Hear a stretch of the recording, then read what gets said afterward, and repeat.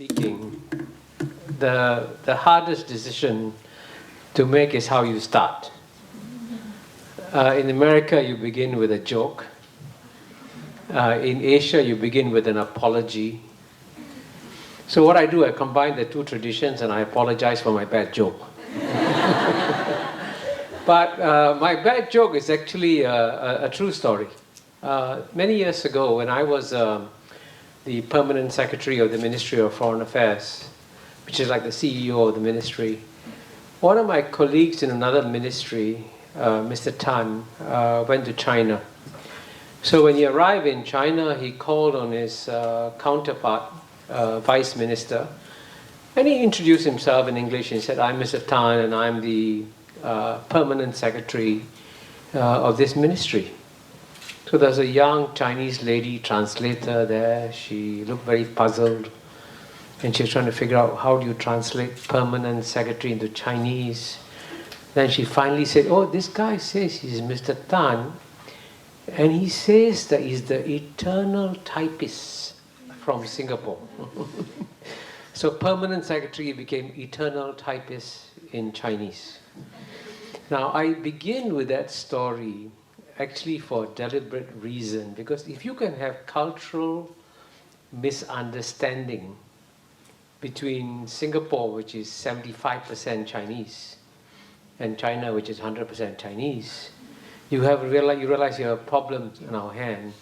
And that's, in a sense, some of what I'm going to be talking about today, about some of the major misunderstandings in the world that are emerging. But don't worry, I'll try to end with good news, so don't worry too much. So this is what I propose to do. The question I've been posed is, what is international diplomacy? And I propose to answer the question in three parts. Firstly, what is the international context today? Exactly. Secondly, the question I'll answer is, what is diplomacy? And thirdly, I'll talk about what we should do, or rather more accurately, what you should do. Right? I'm already 70 years old, so I've had a good life. The question is whether or not all of you will have, in the next 40 to 50 years, when you become 70, will you have a good life or not? So that's what I hope to address, how you can create a better lives for yourselves or so. So let me begin by talking and addressing the question, what is the international context? And this is actually surprising. In theory, it's an easy question to answer, but in practice it's very difficult, because you can make the case that we live in the best of times, and you can make the case that we live in the worst of times. So this is the paradoxical world that we live in. So let me begin by talking how we live in the best of times. And I'm going to mention, by the way, I'll just show it to you. I did come out with a very short book. I want to show it to you so you can read it in 1 hour. It's called Has the West Lost It? And in this book, surprisingly, there is a lot of good news in the book. Let me give you 3 examples. Now, since human history began, the one thing that all societies worried about was that, would they go to war? Would lives be lost in wars? And it was a case, by the way, in the 20th century, for example, the biggest wars were fought. And if you were living in a world, this is now 2019, if you were living in 1919, 100 years ago, you would have just come out through one of the most devastating wars, World War I, where millions and millions of people were killed. So the question obviously is, do we face the danger of millions and millions of people dying in interstate wars? Now, here is the good news. Your chances of dying in an interstate war are practically zero. Major interstate wars have become a sunset industry. right? And if you want proof, there's a Harvard professor whom I quote in my book, Steven Pinker. He's written 2 books, The Better Angels of Our Nature and Enlightenment Now. He gives you data that shows maybe in the 1950s, people, 65,000, maybe 70,000 people were dying in interstate wars. Now it's less than a couple of thousand people dying in interstate wars. So that's one piece of good news. And indeed, anyone who was living in 1919, and if he came alive in 2019, he said, this is heaven. Nobody's dying in wars. That's an amazing improvement in the world. Now, the second way in which the world has improved is that in 1950, right, which is not too long ago, but 2 years after I was born, 75% of the world lived in extreme poverty. By the way, including me too. In fact, I was Singapore's per capita income in the 1950s was the same as Ghana, about $500. And when I went to school at the age of 6, I was put on a special feeding program because I was technically undernourished. Now you can see I'm overnourished. So that's the world that was in 1950.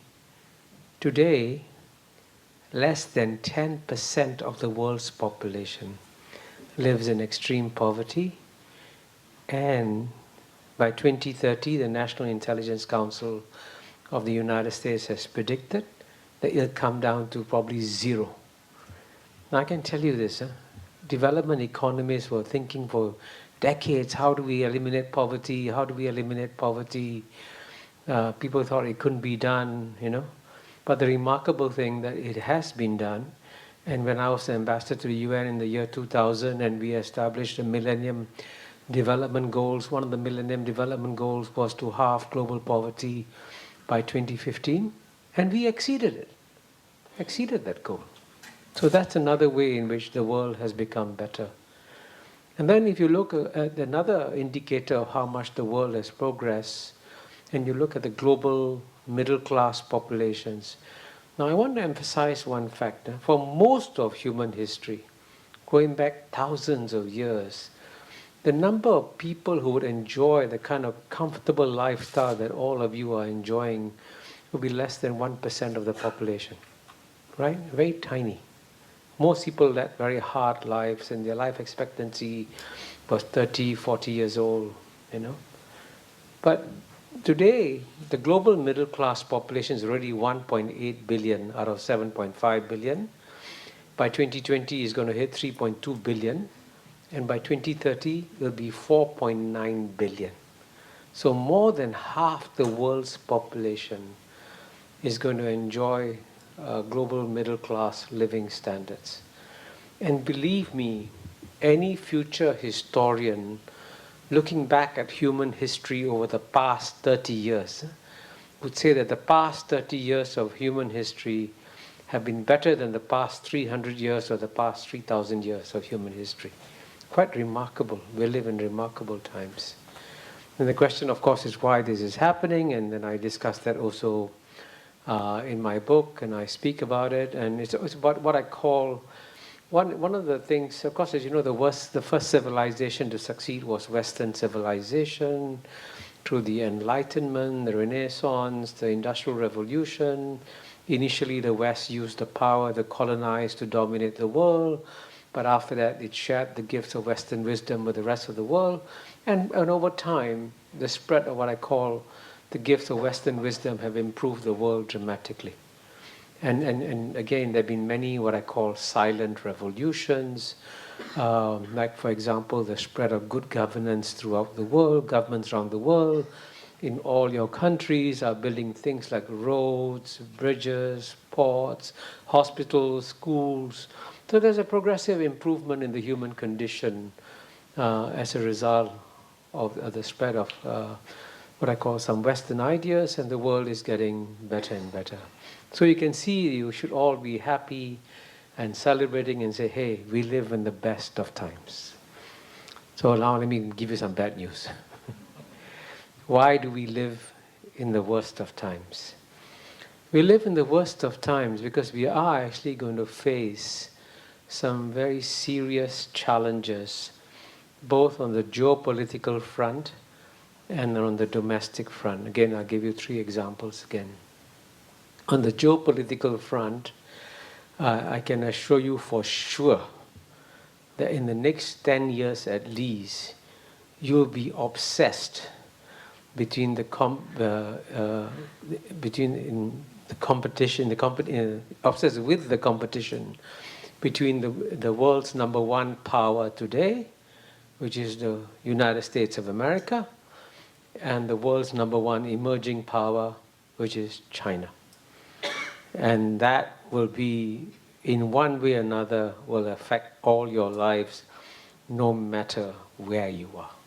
And I can say that with some confidence, because one of the reasons why you might notice I'm looking very relaxed today is because I sent off my 88,000-word manuscript to my publisher in New York. It's a book on US-China relations. It'll be coming out in spring next year. Please Google and buy it right away, even before it goes to print. Political front is going to be played out in the military front, is going to be played out in the cultural front, and also in what I call the primacy front.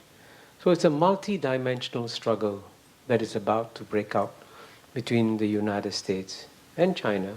And you'll find that countries will have to choose. I'll give you a very simple example. You're all, so far you notice I've been very good. I haven't mentioned President Donald Trump once.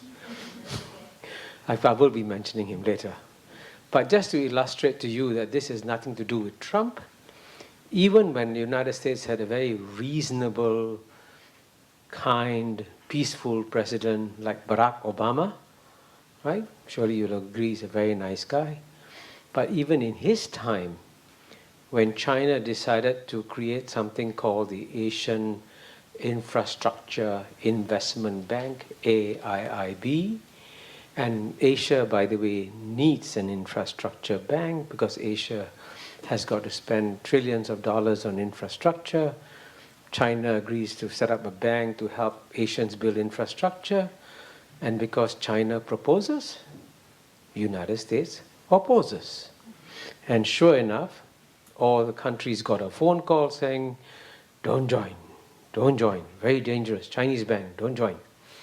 And sure enough, Australia didn't join, Japan didn't join, South Korea didn't join, but surprisingly, almost all the other Asian countries joined, and even the best friend of United States, well, best friend until last week, was United Kingdom. United Kingdom joined also. And so that was a sign of that's the kind of trouble that you get when a competition breaks out between the United States and China. And more countries will have to make more and more painful decisions on more and more subjects as the conflict, as the competition builds up. So that's clearly one major geopolitical tension that we have to learn to live with. The second one is more delicate, and it's a bit harder to speak about because it's politically incorrect. But there is also, as you know, some kind of geopolitical fault line between the West and the Islamic world, right? And it's, of course, as you know, there have been all kinds of wars in so many Islamic countries that have been going on for the last 2 decades, especially since 9/11 happened in New York in 2001. And I actually know the impact of 9/11 because I was in Manhattan when 9/11 happened, and I know the shock and pain and grief that the American people felt, and as a result of the shock and the pain and grief, the United States reacted angrily, and first it launched a war in Afghanistan, and that war in Afghanistan is considered under international law legitimate because the United Nations Security Council endorsed and said, yes, the United States has a right to retaliate when it is attacked, and so he invaded Afghanistan. But then 2 years later, the United States invaded Iraq, and that war is considered illegitimate because the United Nations Security Council did not endorse that war. In fact, it was my good friend who sadly passed away, Kofi Annan, who bravely said that the Iraq war is illegal, for which he suffered a great deal, but he told the truth. So, but that's just two examples, and since then there have been many other wars also between the West and the Islamic world. And this is another fault line. So I hope in the Q&A period you can ask me some questions on these issues, and I'm happy to discuss them. My only request is please try to think of the most difficult question. Because I find the more difficult the question, the easier the answer. The easier the question, the harder to answer. It's a real paradox. So I actually would prefer you to come out openly and speak about what's on your mind. Now, so far, the two challenges I've spoken about are the geopolitical challenges, but there's also a third challenge, which I also actually discuss in my book, Has the West Lost It? And the reason why I chose that title is that what is very puzzling is that the most successful civilization, as I said earlier, has been the West, and the West has always led the world in many ways for the last 200 years. Now what's surprising is that it is Western societies that are not progressing, but regressing. And what do I mean by regressing? I mean that they are electing populist governments. Governments that are, in a sense, instead of working to create international programs that work with the rest of the world, they are creating programs that work against the rest of the world. And this is where, of course, President Donald Trump comes in, because he actually believes that all the institutions of global governance, all the multilateral institutions that were gifts from the West to the rest after World War II, he sees them as being anti-American. So in one way or another, he's attacking every international institution. He's also attacking fundamental principles of global governance, like free trade is good for everybody. He is imposing tariffs, and what's interesting is that he's not just imposing tariffs on China. He's imposing tariffs on the two best friends the United States has, Canada and Mexico, and also on Europe and on Japan.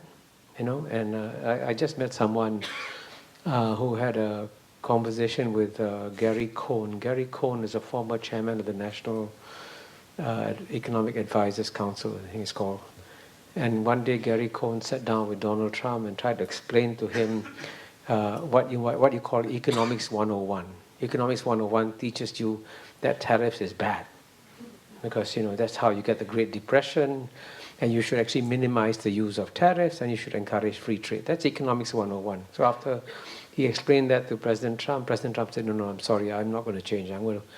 So Gary Cohn asked him, why are you doing this? And Donald Trump replied, I like tariffs. He just enjoys it. It's a weapon. He uses it, and uses it, I must say, indiscriminately. And of course, if this carries on, then frankly, there is a danger for the world. And what's surprising is that we thought we only had one populist leader to deal with. In a few weeks' time, we may have another populist leader to deal with, who might actually outshine President Donald Trump, and his name is Boris Johnson. And if you had told me even 10 years ago that United States would elect Donald Trump and UK would elect Boris Johnson, I would have said no way. But it's a different world. You can see that's coming. So we can maybe in the Q&A talk about why this is happening. So that's the international context. So let me now turn to the second question. What is diplomacy? And here I must say that I was a diplomat for 33 years. And I must say I was reasonably good at it. But when I had to prepare for speaking here, when I had to ask myself, what is diplomacy? The strange thing is that I know how to do it, but I cannot find the words to describe what it is. It's very difficult. It's a very strange profession. So what I did, of course, I went to the font of all wisdom, Wikipedia.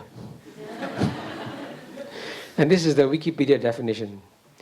It says, diplomacy is the professional activity or skill of managing international relations, typically for a country's representatives abroad. Now, what does that mean? Right? You can't even say. So let me tell you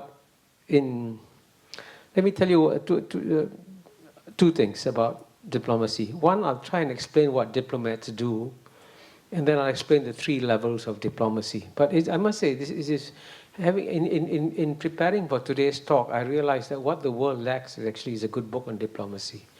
So maybe I'll try and write one after this talk. So what do diplomats do? There are 3 things at least that they do.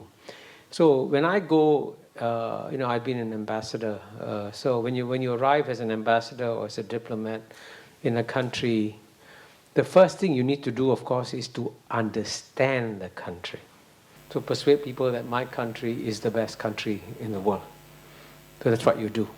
And you can be quite innovative in the ways you do it. Let me give you an example. When I was ambassador to UN, my counterpart then was a French ambassador. Before he came to New York, he was the French ambassador to Netherlands. And when he arrived in Netherlands, he wanted to make sure that everyone in Netherlands knew who he was. So he went around Netherlands asking, who's the most popular person in Netherlands? Who's the most famous person in Netherlands? So you might think he's looking for maybe the philosopher or the fashion designer or whatever.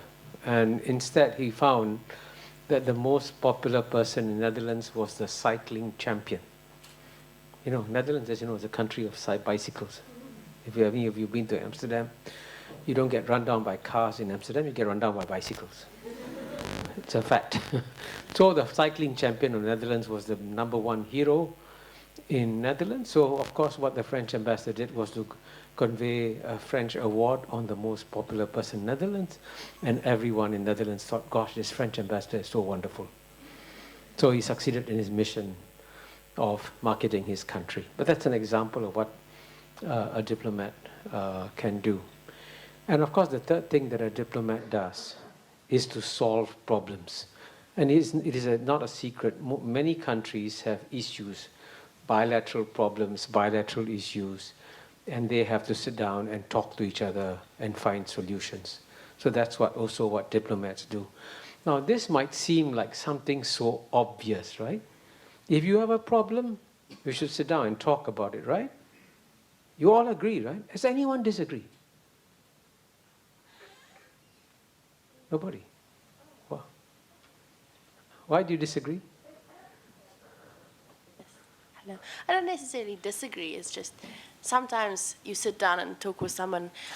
When you hear something, you need to be ready to listen, and some people aren't ready to listen. So sometimes talking with the wrong people exhausts you.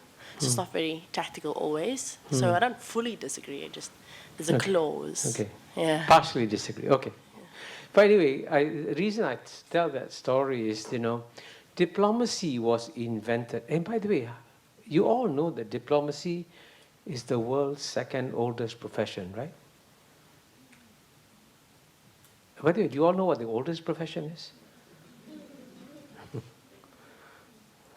Okay, I won't say it.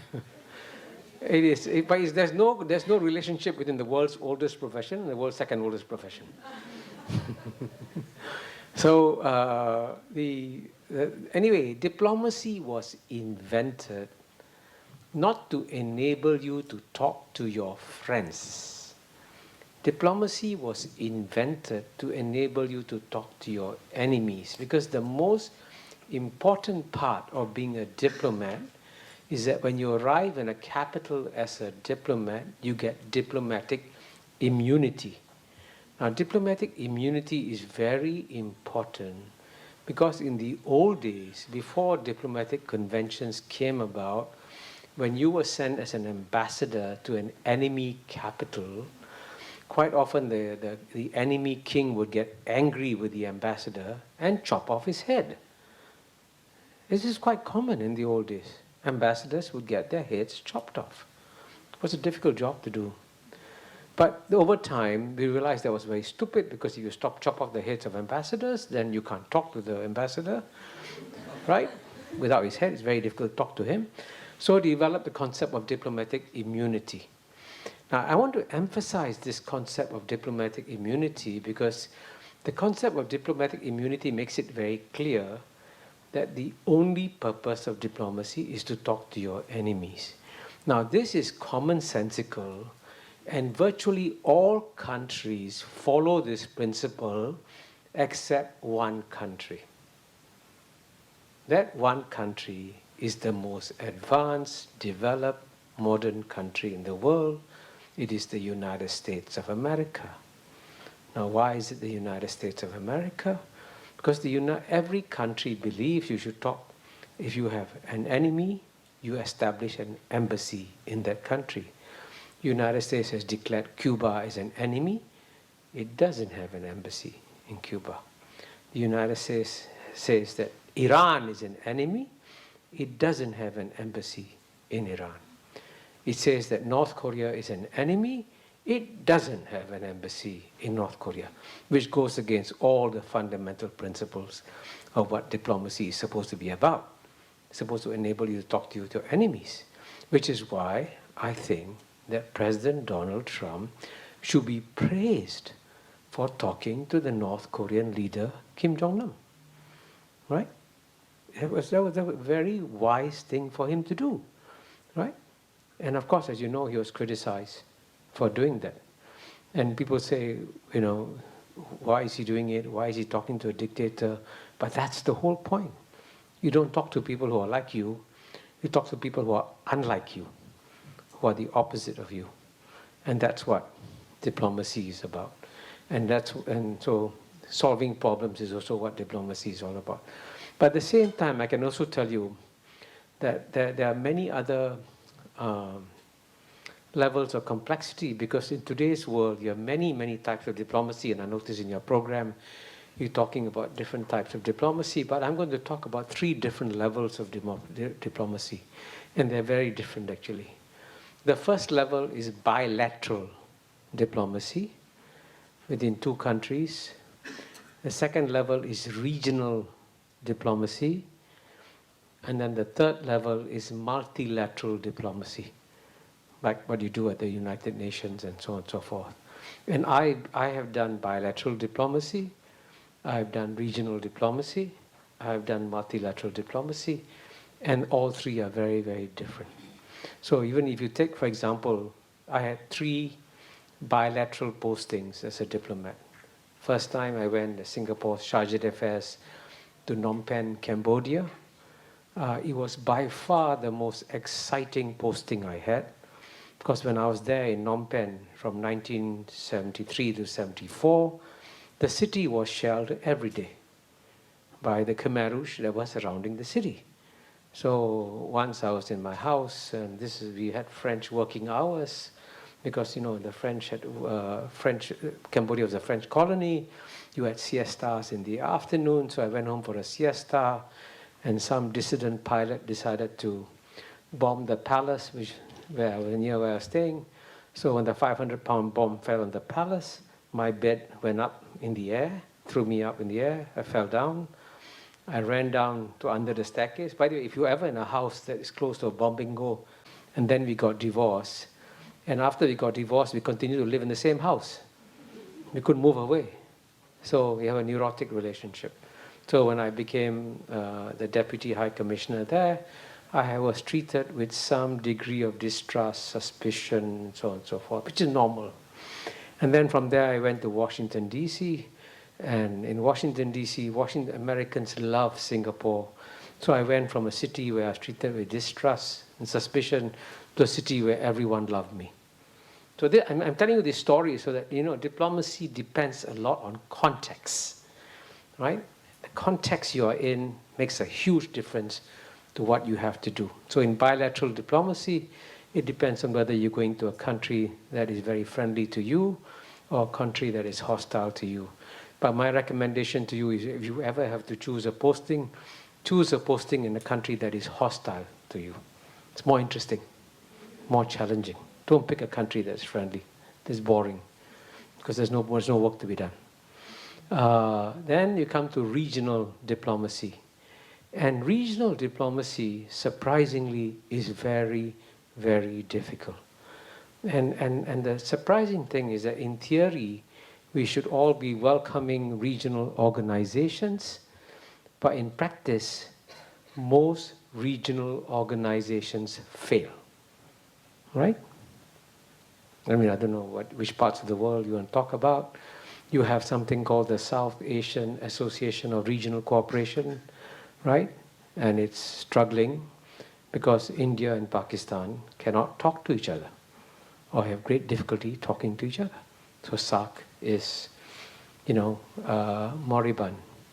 And then, okay, I can also give you an example. You have the Gulf Cooperation Council, and you have problems within Saudi Arabia and Qatar, right? So, and then I can go on. And the amazing thing is that the most successful regional organization in the world by far is the European Union. But amazingly, the European Union is about to break apart. The United Kingdom is leaving. Shocking, right?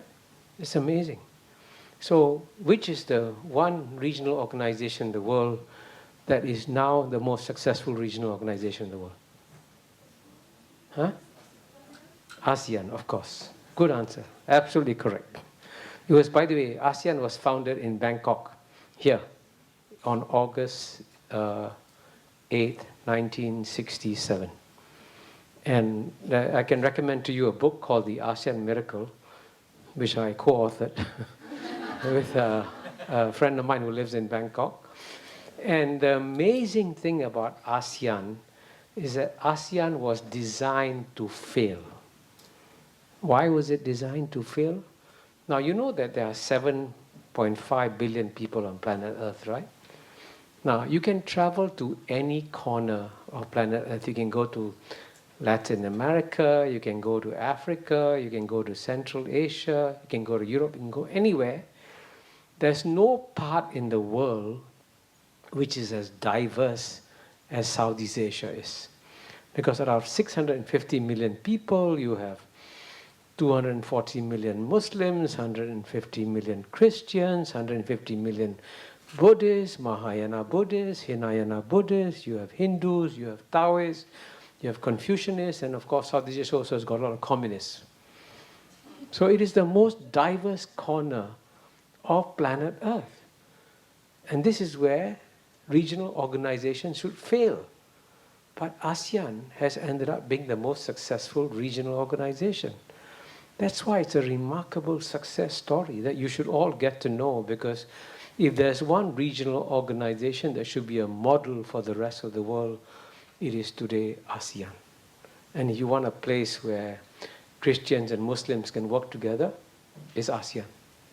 So that's an example of why ASEAN matters. So that's regional diplomacy. And then, of course, you also have what I call multilateral diplomacy, which is what we do at the United Nations. Now, you will find that everybody likes to rubbish the United Nations. I actually believe that the hope for the future lies in organizations like the United Nations. And I'm a passionate defender of the UN and what it does and what it can do, which is why it's very appropriate that we are meeting here under the auspices of the UN. So let me conclude now by telling you what, in a sense, are the three things we should be doing for you, for the rest, for all of you. If you want to create a better world in the next 30 to 40 years, what should you be doing? I think the first thing you need to do is to change the mindsets of the people of the world of how international relations should work. Now, what do I mean by changing our mindsets? And I use a very simple boat analogy to explain what the change of mindset requires. In the past, when 7.5 billion people lived in 193 separate countries, it was as though they were living in 193 separate boats, right? And so, as you know, when you're on a boat, you have captains and crews who take care of the boat, and normally you have rules to make sure that boats don't collide in the world. And that's what I call the 1945 rules-based order. Now, what's happened is that in the last 70 or years plus, the world has shrunk. It has become very small, very interdependent place. So now the 193 countries are no longer on 193 separate boats. The 7.5 billion people who live in 193 separate countries are now living in 193 separate cabins on the same boat.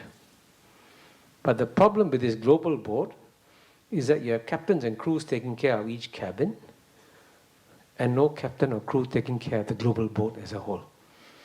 And that's absurd, because all the challenges that are coming for your generation, there's absolutely no doubt that your biggest challenges will be challenges that affect the whole boat, not challenges that affect your cabin alone. And if you stay in your cabin, you will not be able to fix that problem. You have to come out and collaborate with everybody else. I mean, I can give you some examples. The most obvious example is global warming. You can't solve global warming in any country. You have to work with the whole world, right? Similarly, if you have a pandemic that spreads, it can go around the world instantly. And you know, Singapore experienced it, I think in 2003 or something, when you had the SARS virus. It started in a small village in China. From China went to Hong Kong, and from Hong Kong went simultaneously to two cities on opposite sides of the world, exactly opposite sides of the world, Singapore and Toronto. So that's how we are now on the same boat. So the question is, if we are on the same boat, why aren't we taking care of the boat as a whole?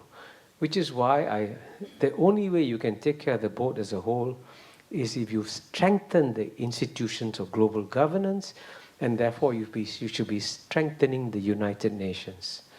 Unfortunately, at a time when the great powers should be strengthening the United Nations, they are weakening the United Nations. And this is suicidal for humanity, right? And I'm not exaggerating, by the way. The National Security Advisor of President Donald Trump is a man called John Bolton. And somebody asked John Bolton, what should we do about the UN? He said we should take a giant saw and cut the building into half and throw away half of it. So that's John Bolton. Now, at a time when you should be doubling the size of the UN, he wants to cut the UN into half.